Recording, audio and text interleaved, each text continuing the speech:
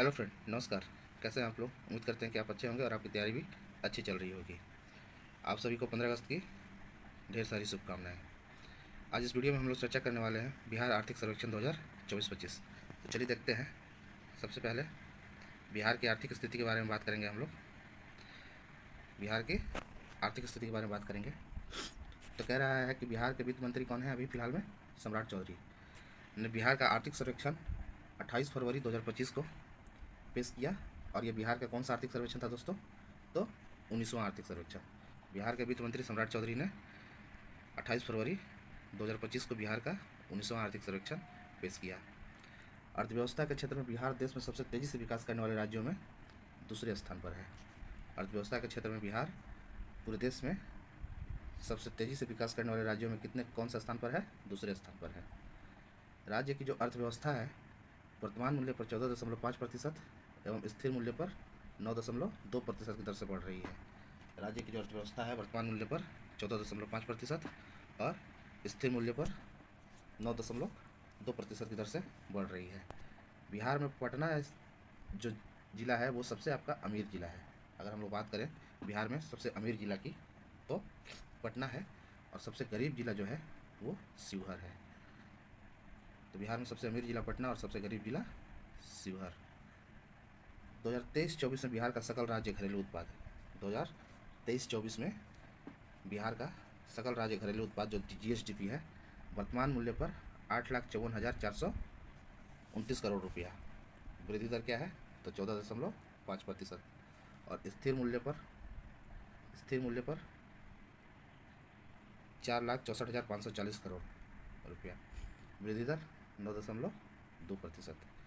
तो आपको याद रखना है वर्तमान मूल्य पर जो सकल राज्य घरेलू उत्पाद है वो आपका 8,54,429 करोड़ रुपया है, और वर्तमान मूल्य पर वृद्धि दर जो है वो 14.5% है।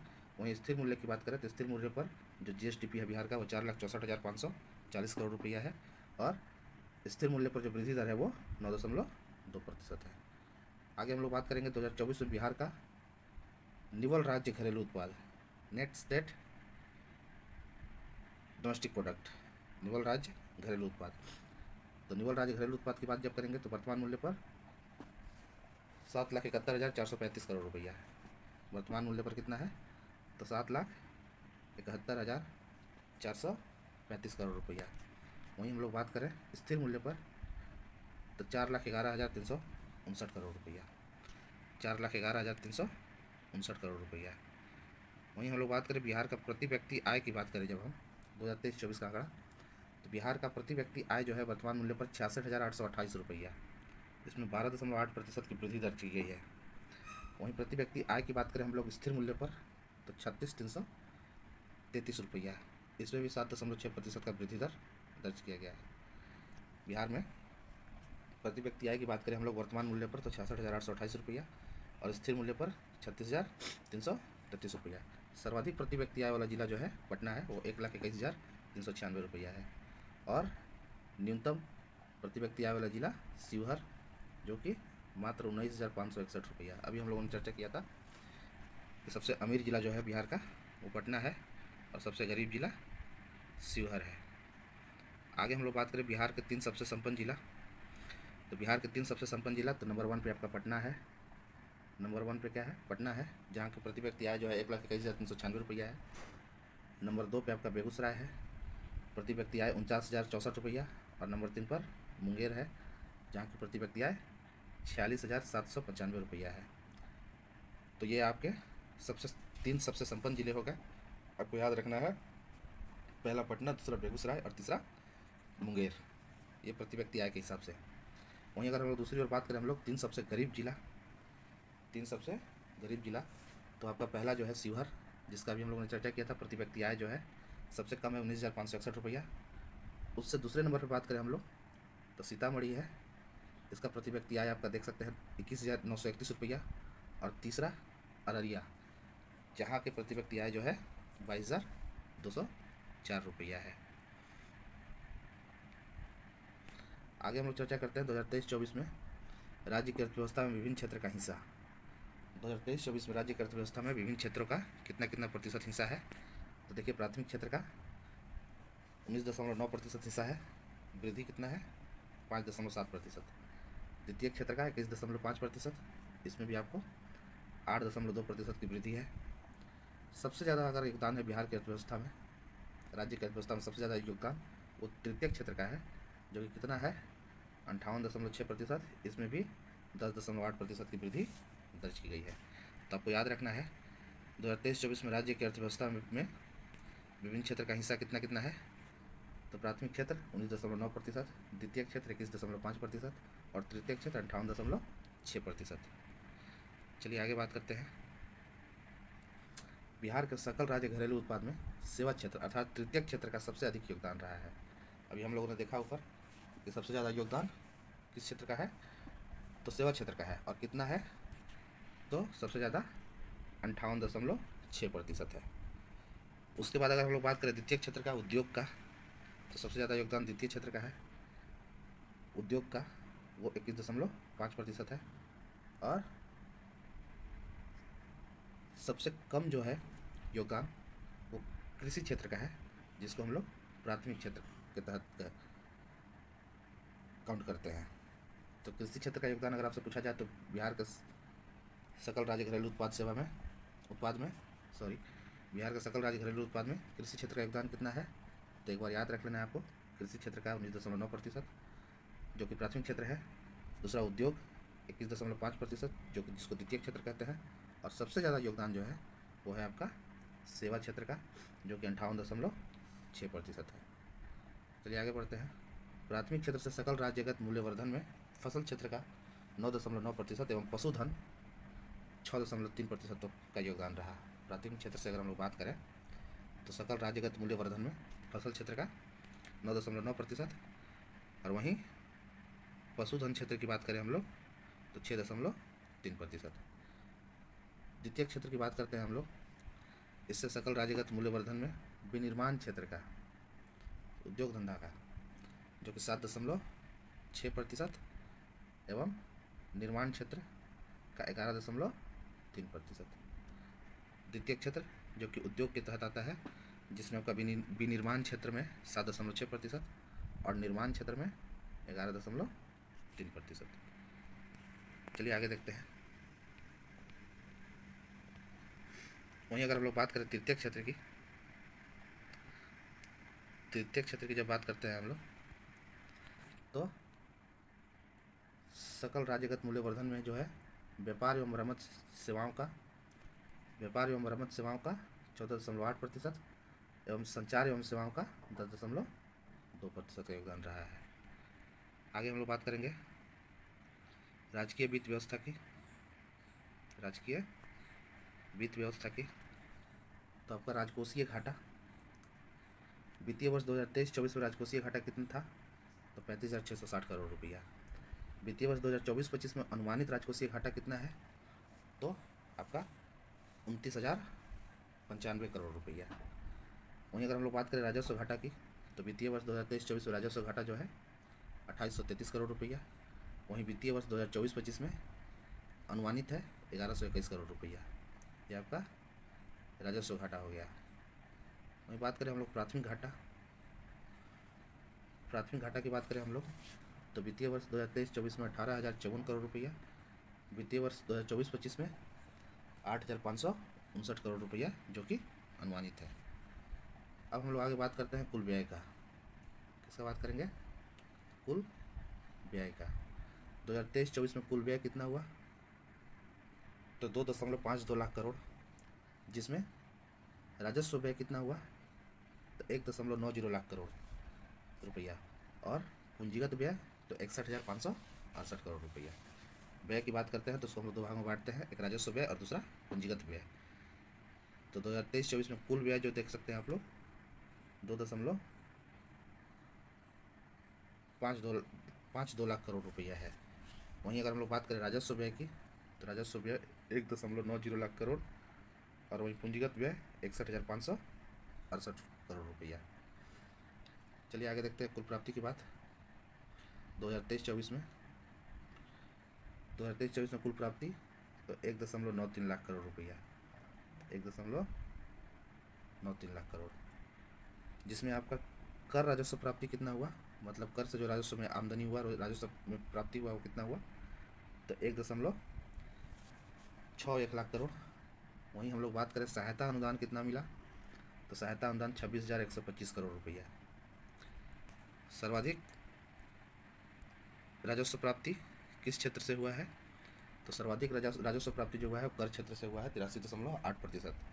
वहीं राजस्व प्राप्ति में सहायता अनुदान का हिस्सा कितना है, तो राजस्व प्राप्ति में सहायता अनुदान का हिस्सा 13.5% है। आगे हम लोग बात करें बिहार सरकार का वित्तीय मैट्रिक्स 2022-23 की। बिहार सरकार का वित्तीय मैट्रिक्स 2022-23, तो जिसमें आपका राजस्व घाटा 2023-24 में बात करें तो जीएसडीपी का 4.2%। टोटल जो है ग्रॉस स्टेट डोमेस्टिक प्रोडक्ट का, सकल राज्य घरेलू उत्पाद का 4.2% 2023-24 में राजस्व घटा रहा, जबकि 2023-24 में जीएसडीपी का -0.3% अधिशेष था, है ना।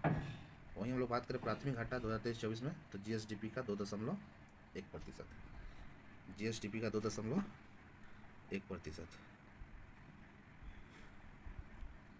बात करें कृषि एवं संबंधित क्षेत्र से, आगे हम लोग कृषि एवं संबंधित क्षेत्र की बात करें तो शुद्ध बुआई क्षेत्र कितना है 2022-23 के अनुसार, तो 51.13 लाख हेक्टेयर, 51.13 लाख हेक्टेयर। सकल बुआई क्षेत्र कितना है, तो आपका 72.68 लाख हेक्टेयर। वहीं अगर हम लोग बात करें 2022-23 का आंकड़ा वन भूमि का, तो 6.22 लाख हेक्टेयर। फसल सघनता की बात करें तो फसल सघनता 1.42 है। सर्वाधिक फसल सघनता किस जिले में है, तो सर्वाधिक फसल सघनता जो है वो आपका सुपौल में है 1.82, उसके बाद जहानाबाद में है 1.75। सर्वाधिक शुद्ध बुआई वाला जिला की बात करें हम लोग, सर्वाधिक शुद्ध बुआई वाला जिला जो है वो आपका भोजपुर तथा बक्सर है, भोजपुर तथा बक्सर, जो कि 80% है। चलिए आगे बढ़ते हैं।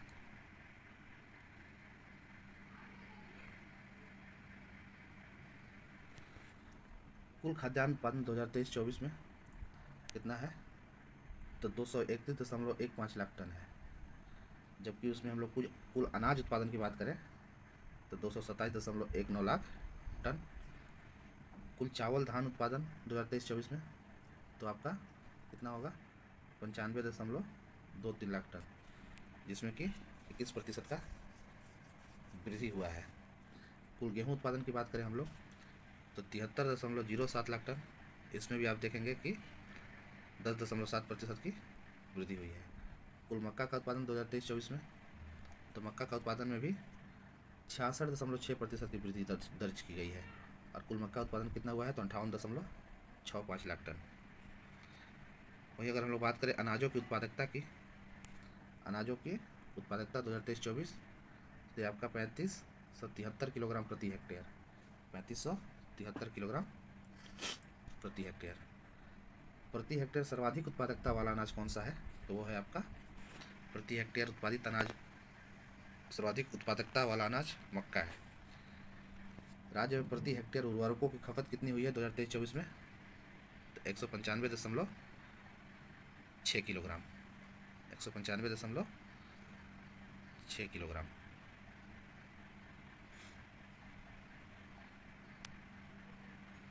कुल ईख उत्पादन कितना हुआ है 2023-24 में, कुल ईख उत्पादन 136.43 लाख टन, 136.43 लाख टन। कुल तिलहन उत्पादन की बात करें तो 1.5 लाख टन। दूध की बात करें, ये सभी 2023-24 में कुल उत्पादन कितना हुआ है दूध का, तो 128.53 लाख टन। कुल मांस उत्पादन 4.04 लाख टन। मछली उत्पादन 8.73 लाख टन। कुल अंडा उत्पादन कितना हुआ है तो 344 करोड़, 344 करोड़। आगे हम लोग बात करें बिहार में सर्वाधिक चावल उत्पादन, तो सबसे ज़्यादा चावल उत्पादन रोहतास, फिर औरंगाबाद, फिर कैमूर। नंबर 1 पर चावल उत्पादन में कौन सा जिला है, तो आपका रोहतास है, नंबर 2 पर औरंगाबाद और नंबर 3 पर कैमूर है। लेकिन जब हम लोग गेहूं की बात करते हैं तो सर्वाधिक गेहूं का उत्पादन करने वाला जिला जो है बिहार में वो रोहतास है, और दूसरे नंबर पे कैमूर है और तीसरे नंबर पे भोजपुर है। चावल में दूसरे नंबर पे कौन था? तो औरंगाबाद था और कैमूर तीसरे नंबर पे था। जबकि गेहूं की बात करें तो नंबर 1 पर रोहतास, दूसरे नंबर पर कैमूर और तीसरे नंबर पर भोजपुर। सर्वाधिक मक्का उत्पादन, तो सर्वाधिक मक्का उत्पादन में नंबर 1 पूर्णिया, अररिया और फिर कटिहार। सबसे ज़्यादा मक्का उत्पादन कहाँ होता है? तो 2023-24 के अनुसार पूर्णिया नंबर 1 पे है, दूसरे नंबर पर अररिया और तीसरे नंबर पे कटिहार। सर्वाधिक दलहन उत्पादन, तो सबसे ज़्यादा दाल की खेती जो होती है आपका पटना में, नंबर 2 औरंगाबाद और नंबर 3 दरभंगा। कुल लीची उत्पादन 2023-24 में कुल लीची उत्पादन कितना हुआ? 3.45 लाख टन। कुल मखाना उत्पादन की बात करें तो कुल मखाना उत्पादन 5.64 लाख टन हुआ। लीची उत्पादन में बिहार का स्थान पूरे देश में पहला है। देश का लगभग 71% हिस्सा जो है लीची का उत्पादन आपके बिहार में होता है। और आपको पता भी होगा बिहार के शाही लीची को जीआई टैग भी प्राप्त है। बिहार का सूखा से प्रभावित क्षेत्र, बिहार राज्य का जो सूखा से प्रभावित क्षेत्र है वो लगभग 20% है। सूखा से प्रभावित क्षेत्र कितना है? 20%। बिहार में उपलब्ध भूमि में जितनी भूमि उपलब्ध उसमें से कितने भाग पर खेती की जाती है? तो 60% पर। चावल, गेहूं और मक्का, इन तीनों के उत्पादन और उत्पादकता में उपलब्धि के लिए बिहार राज्य को 5 कृषि कर्मण पुरस्कार प्राप्त हुए हैं। ये आपको याद रखना है दोस्तों। बिहार राज्य को कितने कृषि कर्मण पुरस्कार प्राप्त हुए हैं? तो 5 प्राप्त हुए हैं। और वो कृषि कर्मण पुरस्कार किसके लिए प्राप्त हुए हैं? तो पहला चावल के लिए, फिर गेहूं के लिए और मक्का के लिए। इसके उत्पादन और उत्पादकता में जो उपलब्धि हासिल किया है बिहार ने, तो उसके लिए इसको 5 कर्मण कृषि पुरस्कार प्राप्त हुए हैं। कृषि का उत्पादन और उत्पादकता को बढ़ाने के लिए राज्य सरकार ने चतुर्थ कृषि रोड मैप 2023 से 2028 को अपनाया है। चतुर्थ कृषि रोड मैप का समय क्या है? तो 2023 से 2028। जैविक कॉरिडोर योजना में बात करें अगर हम लोग, तो जैविक कॉरिडोर योजना के दूसरे चरण में, पहले चरण में चुने गए 13 जिलों को ही 20,000 एकड़ जमीन के लिए चुना गया है। मतलब जैविक कॉरिडोर योजना पहले चरण में कितने जिले चुने गए थे? तो 13 जिला चुना गया था। और अब दूसरे चरण में भी उसी 13 जिले को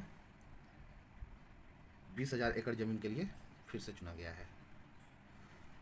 चलिए आगे हम लोग बात करते हैं उद्यम क्षेत्र का। उद्यम क्षेत्र की बात करें तो बिहार में कुल कारखाना की संख्या 3307 है। कुल चालू कारखाना 2782 है। 2023-24 में अगर हम लोग बात करें चीनी उत्पादन बढ़कर कितना लाख क्विंटल हो गया? तो बिहार में 2023-24 में चीनी उत्पादन 68.7 लाख क्विंटल हो गया। चतुर्थ कृषि रोड मैप का समय कब से कब तक है? तो चतुर्थ कृषि रोड मैप का समय जो है आपका 2023 से 28 तक। इसके अंक के बतौर पर सरकार अगले 5 वर्षों में गुड़ की 405 इकाइयों की स्थापना हेतु कार्य कर रही है। सरकार जो है गुड़ की 405 इकाइयाँ की स्थापना के लिए काम कर रही है। बिहार के औद्योगिक क्षेत्र में कितना रुपये प्रस्तावित है? तो 75,293.76 करोड़ रुपया। बिहार के औद्योगिक क्षेत्र में 75,293.76 करोड़ रुपया प्रस्तावित है। वर्तमान 2023 में अगर हम लोग बात करें तो बिहार में कुल कितने पर्यटक आए? तो 821.33 लाख पर्यटक बिहार आए। 821.33 लाख पर्यटक बिहार आए। इसमें देसी पर्यटक की संख्या कितनी थी?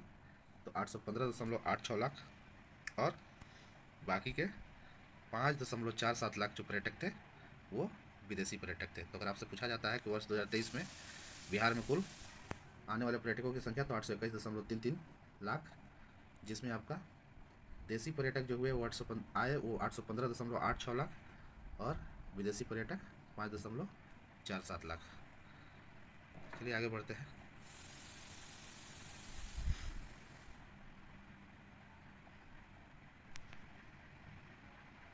आगे हम लोग बात करेंगे श्रम नियोजन एवं कौशल की। 5वां जो पॉइंट है वो है आपका श्रम नियोजन एवं कौशल।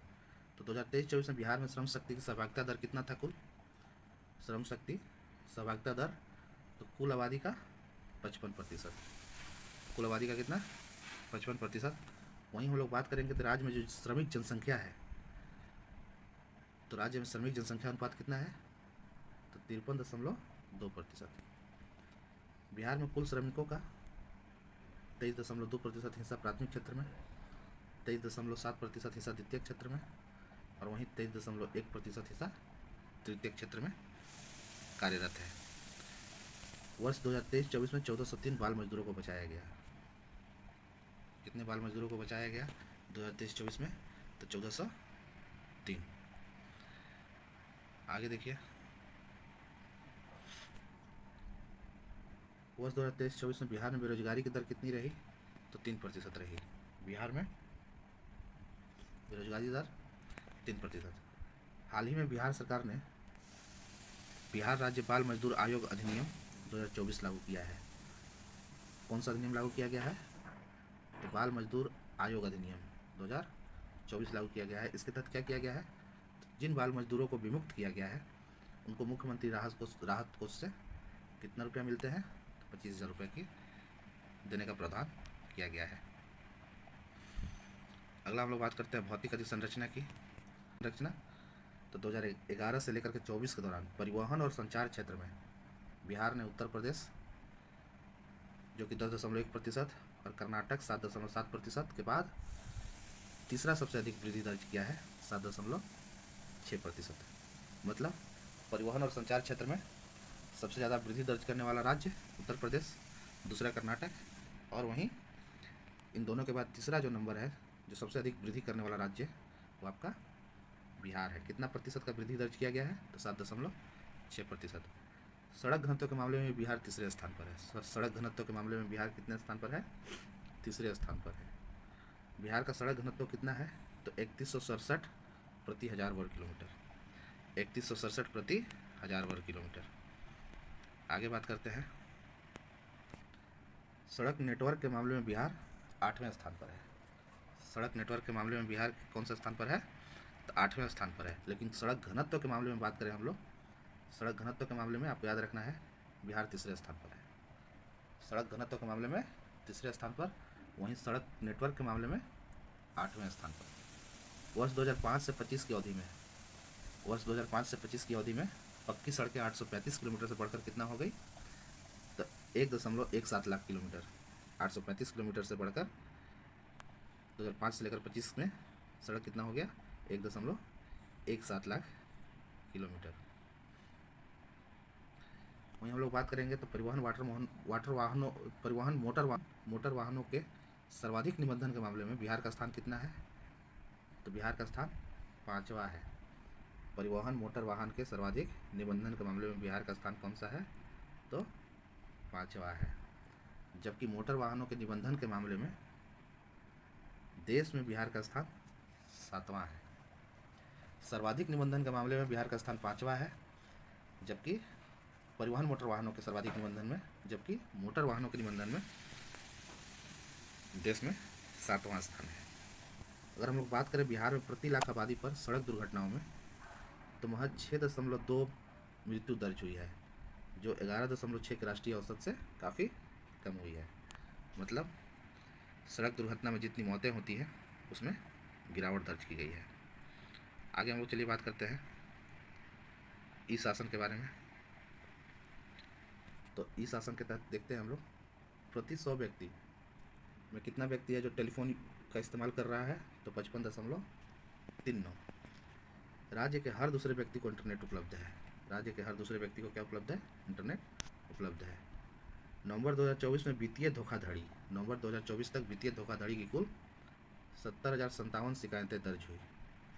वित्तीय धोखाधड़ी की कुल शिकायतें कितनी दर्ज हुई? 70,057 शिकायतें, जिसमें 560 साइबर अपराधी गिरफ्तार किए गए हैं। कुल 560 साइबर अपराधी गिरफ्तार किए गए हैं। सितंबर 2024 में अगर हम लोग बात करें महिला यात्रियों के लिए, तो सुरक्षित सफ़र सुविधा ऐप, कौन सा ऐप लॉन्च किया गया है महिला यात्री के लिए? तो सुरक्षित सफ़र सुविधा ऐप लॉन्च किया गया है। आपको याद रखना है, सितंबर 2024 में महिला यात्रियों के लिए सुरक्षित सफ़र सुविधा ऐप लॉन्च किया गया है। आगे हम लोग बात करेंगे ऊर्जा क्षेत्र में तो राज्य में जो है प्रति व्यक्ति ऊर्जा की खपत जो है 2023-24 में कितना हो गया है, तो 363 यूनिट हो गया है। कितना हो गया है, 363 यूनिट। गत 12 वर्षों में 2012 से 24 में कितना वृद्धि दर्ज किया गया है, तो 229 यूनिट वृद्धि दर्ज किया गया है। वहीं अगर हम लोग बात करें 2023-24 का, तो बिजली की कुल खपत कितना यूनिट हो गई है बिहार में, 3830 करोड़ यूनिट, 3830 करोड़ यूनिट। सर्वाधिक बिजली खपत करने वाले 3 जिला कौन से हैं? सर्वाधिक बिजली खपत करने वाले 3 जिला, तो सबसे ज़्यादा आपका पटना है, सबसे ज़्यादा पटना है, दूसरा गया, तीसरा मुजफ्फरपुर। सबसे ज़्यादा पटना, दूसरा गया, तीसरा मुजफ्फरपुर। न्यूनतम बिजली खपत में 3 शीर्ष जिले जो हैं आपका शिवहर, अरवल, शेखपुरा। शिवहर, अरवल, शेखपुरा। राज्य वर्ष 2025-26 तक नवीकरणीय स्रोतों से 35% बिजली पाने का लक्ष्य हासिल करने हेतु प्रयत्नशील है। नवीकरणीय स्रोतों से कितने प्रतिशत बिजली प्राप्त करने का लक्ष्य है, तो 35%। चलिए आगे बढ़ते हैं। ग्रामीण विकास की बात करें हम लोग, ग्रामीण विकास की, तो आप लोग देख सकते हैं ग्रामीण विकास में लगभग 90% आबादी जो है अभी भी कहाँ रहती है, गाँव में रहती है। 2006 में स्थापित जीविका के अंतर्गत सितंबर 2024 तक 10.63 लाख स्वयं सहायता समूह और 71.1 हज़ार ग्राम संगठन गठित हुए। 2006 में स्थापित जीविका का स्थापना कब हुआ, 2006 में हुआ, और सितंबर 2024 तक अगर हम लोग बात करें तो कुल 10.63 लाख स्वयं सहायता समूह और कितने ग्रामीण संगठन बने, तो 71.1 हज़ार। जीविका की पहल दीदी की रसोई के तहत जीविका के द्वारा एक पहल किया गया है जिसका नाम है दीदी की रसोई, जिसके तहत बिहार में समुदाय आधारित कैंटीन के मॉडल को बढ़ावा दिया गया है। बिहार में समुदाय आधारित कैंटीन के मॉडल को बढ़ावा दिया गया है, जिसका संचालन कौन कर रही हैं, तो महिलाएं स्वयं कर रही हैं। जीविका महिला कृषक उत्पादक, जीविका महिला कृषक उत्पादक कंपनियों के उत्पादों का विपणन ग्रीन डिलाइट्स ब्रांड के तहत किया जाता है। तो जीविका महिला उत्पादन कृषक उत्पादक कंपनी के उत्पाद का वितरण और विपणन किसके द्वारा किया जाता है, तो ग्रीन डिलाइट ब्रांड के तहत किया जाता है। आगे हम लोग चर्चा करेंगे नगर विकास के बारे में। 10वां टॉपिक है हमारा नगर विकास। तो वर्ष 2011 से 2024 के बीच शहरी जनसंख्या में सर्वाधिक वृद्धि कहाँ हुआ है, तो सबसे ज़्यादा शहरी जनसंख्या में जो वृद्धि हुआ है वो आपका पटना में हुआ है और गया में हुआ है। पटना और गया में सर्वाधिक जनसंख्या वृद्धि दर्ज किया गया है। वहीं हम लोग बात करें सितंबर 2024 तक, तो 18.47 लाख परिवारों को, कितना, तो 18.47 लाख परिवारों को पाइप से पेयजल योजना मिल गई। बिहार के सभी निकायों में खुले में शौच मुक्त का दर्जा पा लिया है। आप लोग देख के जरूर बताइएगा, क्या सच में आपका क्षेत्र जो है खुले में शौच मुक्त हो गया है?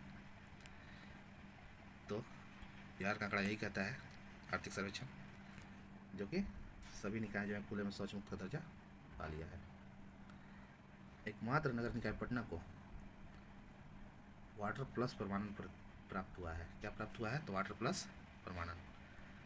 स्मार्ट सिटी मिशन के तहत बिहार के 4 शहर, स्मार्ट सिटी मिशन के तहत बिहार के 4 शहर का पटना, भागलपुर, मुजफ्फरपुर और बिहार शरीफ को चुना गया है। स्मार्ट सिटी के तहत बिहार के कौन कौन शहर को चुना गया है, तो पटना, मुजफ्फरपुर, भागलपुर और बिहार शरीफ। 2024-25 में बात करें हम लोग, तो इसके लिए कितने करोड़ रुपए आवंटन किए गए हैं, तो इस स्मार्ट सिटी मिशन के लिए 640 करोड़ रुपया आवंटित किया गया है। पटना मेट्रो रेल परियोजना के लिए 3402.9 करोड़ रुपये आवंटित किए गए हैं। वर्ष 2024-25 में पटना मेट्रो रेल परियोजना के लिए 380 करोड़ रुपए का प्रावधान है। पटना रेल परियोजना के लिए टोटल 3402.9 करोड़ रुपए आवंटित किए गए हैं, जिसमें कि आपका वर्ष 2024-25 में पटना मेट्रो रेल परियोजना के लिए 380 करोड़ रुपए का प्रावधान है। चलिए आगे हम लोग बढ़ते हैं अपने 11वें टॉपिक की तरफ, बैंकिंग और सहवर्ती क्षेत्र। बैंकिंग और सहवर्ती क्षेत्र। तो 31 मार्च 2024 तक बिहार में बैंक शाखाओं की संख्या कितनी थी, तो 8045 थी। बिहार में मौजूद 8045 बैंक शाखाओं में से 46.9% ग्रामीण, 31.7% अर्ध शहरी और 21.4% शहरी क्षेत्र में अवस्थित है। बिहार में अगर हम लोग बात करें ग्रामीण बैंकों की कुल शाखा, जिसमें 51.2% हिस्सा दक्षिण बिहार ग्रामीण बैंक तथा 48.8% हिस्सा उत्तर बिहार ग्रामीण बैंक का है। बिहार में अगर हम लोग बात करें बैंकों के ऋण जमा अनुपात की, तो बैंकों के ऋण जमा अनुपात जो है ये सीडी रेशियो है, जो कि 31 मार्च 2022 के 53% से बढ़कर 31 मार्च 2024 तक कितना हो गया है, तो 56.3% हो गया है। सर्वाधिक बिहार में किसका एटीएम है, तो स्टेट बैंक ऑफ इंडिया के एटीएम कार्यरत है। 2023-24 में बात करें तो बैंकों द्वारा कुल क्रेडिट कार्ड कितना जारी किया गया, तो 1,67,709 क्रेडिट कार्ड जारी किए गए। चलिए अब 12 टॉपिक की तरफ बढ़ते हैं, मानव विकास की बात करते हैं। तो वर्ष 2005 से लेकर के 24 के बीच, वर्ष 2005 से लेकर के 24 के बीच बिहार सरकार का व्यय सामाजिक सेवाओं पर 13 गुना, स्वास्थ्य सेवाओं पर 13 गुना और शिक्षा पर 10 गुना बढ़ गया है। शिक्षा पर कितना बढ़ा है, 10 गुना। तो आपको याद रखना है वर्ष 2005 से 24 के बीच बिहार सरकार का व्यय जो है सामाजिक सेवाओं पर 13 गुना, स्वास्थ्य सेवा पर 13 गुना और शिक्षा पर 10 गुना बढ़ गया है। बिहार के जन्मकालीन जीवन संभाव्य की बात करें हम लोग 2010 से 14 के 68.1 वर्ष से 1.4 वर्ष बढ़कर कितना हो गया 2016 से 20 में 69.5 वर्ष हो गया है। मतलब जीवन प्रत्याशा जो है, जीवन जीने की संभाव्यता में वृद्धि हुई है। बिहार में अगर हम लोग बात करें 2016 से 20 में महिलाओं का जीवन संभाव्यता तो 69 वर्ष थी। जबकि अगर आगे हम लोग बात करें तो 2023-24 के बीच बिहार में संस्थागत प्रसव की संख्या 3.1% से बढ़कर 16.5 लाख हो गई है। 3.12% बढ़कर कितना हो गई है, 16.5 लाख हो गई है। चलिए आगे देखते हैं। बिहार में वर्ष 2020 में शिशु मृत्यु दर गिरकर कितना हुआ, 27 एवं बाल मृत्यु दर गिरकर 6.9 रह गया है। हर घर नल का जल, जो कि सरकार का ये 7 निश्चय योजना का बहुत ही महत्वाकांक्षी योजना, हर घर नल का जल कार्यक्रम के तहत लगभग 2 करोड़ परिवारों को 70 लीटर प्रति व्यक्ति प्रतिदिन पेयजल उपलब्ध कराने का लक्ष्य है। 2 करोड़ परिवारों को कितना जल प्रतिदिन उपलब्ध कराने का लक्ष्य है, तो 70 लीटर प्रति व्यक्ति पेयजल उपलब्ध कराने का लक्ष्य है। पीएम पोषण योजना की बात करें आगे हम लोग, तो पीएम पोषण सितंबर 2001 से विद्यमान मध्याह्न भोजन योजना के संशोधित संस्करण को प्रधानमंत्री पोषण निर्माण अर्थात पीएम पोषण के नाम से जाना जाता है। इस योजना में पक्के भोजन के प्रावधान का विस्तार विद्यालय, पूर्व या प्राथमिक विद्यालय में बाल वाटिका के बच्चों तक कर दिया गया है। आगे हम लोग बात करेंगे बाल विकास की, तो बाल विकास बिहार में 0 से 18 वर्ष उम्र के कितने बच्चे रहते हैं, 0 से 18 तो 4.98 करोड़ बच्चे रहते हैं, जिसमें 89.9% ग्रामीण क्षेत्र में और 10.1% शहरी क्षेत्र में रहते हैं। बिहार की कुल आबादी में बच्चों का हिस्सा कितना है, तो 48% है। कुल आबादी में बच्चों का हिस्सा कितना है, तो 48% है। देश के बच्चों के कुल आबादी में बिहार का हिस्सा 11% है। देश में बच्चों के कुल आबादी में, जो पूरे देश में जो बच्चों के कुल आबादी है उसमें बिहार का कितना प्रतिशत है, तो 11% है। राष्ट्रीय बाल नीति 2013 बच्चों को 0 से 18 वर्ष के बीच उम्र वाले व्यक्ति के रूप में भी परिभाषित करता है। बिहार में अगर हम लोग बाल बजट की बात करें तो बाल बजट का निर्माण वर्ष 2013-14 से आरंभ हुआ। समेकित बाल विकास सेवा का आरंभ 2 अक्टूबर 1975 को 0 से 6 वर्ष उम्र तक के बच्चों के लिए लक्षित उपचारिक कार्यक्रम बतौर हुआ था। परवरिश योजना की बात करें तो विभिन्न श्रेणियों के बच्चों के परिवार रिश्तेदार आधारित देखरेख में मदद के लिए तैयार की गई है। इसके तहत 18 वर्ष की उम्र तक पहुंचने तक हर बच्चे को 1000 रुपया मासिक सहायता दी जाती है। वहीं हम लोग बात करें मिशन वात्सल्य योजना के तहत चाइल्ड हेल्पलाइन 1098 सेवा चलाया जा रहा है। आगे हम लोग बात करें 14 नंबर टॉपिक है हमारा पर्यावरण, जलवायु परिवर्तन और आपदा प्रबंधन। तो भारत में जो वन स्थिति रिपोर्ट है 2023 के अनुसार राज्य में 12 वर्षों में, मतलब 2011 से लेकर के 2023 तक में वन क्षेत्र में 687 वर्ग किलोमीटर की वृद्धि हुई है। कितने वर्ग किलोमीटर की वृद्धि हुई है, तो 687 वर्ग किलोमीटर की। वहीं वर्ष 2011 से 23 के बीच अगर हम लोग बात करेंगे तो खुले वन में 257 किलोमीटर तथा अति सघन वन में 156 किलोमीटर की वृद्धि हुई है। अति सघन वन में 156 किलोमीटर की वृद्धि हुई है। वर्ष 2023 में कार्बन स्टॉक 58,451 टन होने का अनुमान है। बिहार राज्य प्रदूषण नियंत्रण बोर्ड का लक्ष्य 2070 तक कार्बन उत्सर्जन को न्यूनतम संभव सीमा तक ले आना है। तो बिहार राज्य प्रदूषण नियंत्रण बोर्ड का न्यूनतम समय सीमा कब तक ले आना है कार्बन उत्सर्जन को, तो 2070 तक। आगे हम लोग बात करें बिहार में 2011 से 24 की अवधि में औसत वार्षिक वर्षापात जो है वो 1004.6 मिलीमीटर हुई है। लगभग 88% वर्षा किससे दर्ज की गई है, तो दक्षिण पश्चिम मानसून से दर्ज की गई है। 88% वर्षा दक्षिण पश्चिम मानसून से दर्ज की गई है। बिहार की आर्द्र उपोष्ण जलवायु की बात करें, मतलब गर्मी काफ़ी और ठंड हल्की है। बिहार में जलवायु कैसी है, तो आर्द्र उपोष्ण जलवायु है। राज्य में तापमान, जो औसत तापमान है 2022-23 में जो दर्ज किया गया है वो आपका औसत तापमान 24.70 डिग्री सेल्सियस था। वर्ष 2023-24 में बात करें, बाढ़ के कारण राज्य के 6 जिला, तो किशनगंज, सुपौल, दरभंगा, सहरसा, मधुबनी एवं पूर्णिया प्रभावित हुए हैं। आप सभी जानते हैं कि बिहार में, खासकर उत्तरी बिहार में तो हर साल बाढ़ आता है। तो बिहार के बाढ़ के कारण कितने जिले प्रभावित हुए, तो 6 जिला, किशनगंज, सुपौल, दरभंगा, सहरसा, मधुबनी एवं पूर्णिया। वर्ष 2023-24 में कुल 2107 लोगों की मौत हुई। हरित बजट की बात करें और जल जीवन हरियाली मिशन की, तो हरित बजट और जल जीवन हरियाली मिशन जैसी योजनाओं को लागू कर सरकार क्या कर रही है, जलवायु परिवर्तन से निपटने के प्रयास किए गए हैं। हरित बजट और जल जीवन हरियाली मिशन जैसी योजना को लागू कर राज्य में जलवायु परिवर्तन से निपटने का प्रयास किए गए हैं। तो ये हम लोगों ने चर्चा किया बिहार का आर्थिक सर्वेक्षण, ये आपका 2024-25। और ये कौन सा आर्थिक सर्वेक्षण था, तो 19वां। और कब पेश किया गया, तो 28 फरवरी 2025 को। और किसके द्वारा पेश किया गया, तो बिहार के वित्त मंत्री वर्तमान में जो हैं सम्राट चौधरी के द्वारा। तो इस वीडियो में इतना ही। आपको वीडियो कैसा लगा कमेंट करके ज़रूर बताइएगा, और चैनल को सब्सक्राइब करिएगा, लाइक करिएगा, शेयर करिएगा, और कमेंट में ज़रूर बताइएगा कि वीडियो आपको कैसा लगा। वीडियो देखने के लिए थैंक यू।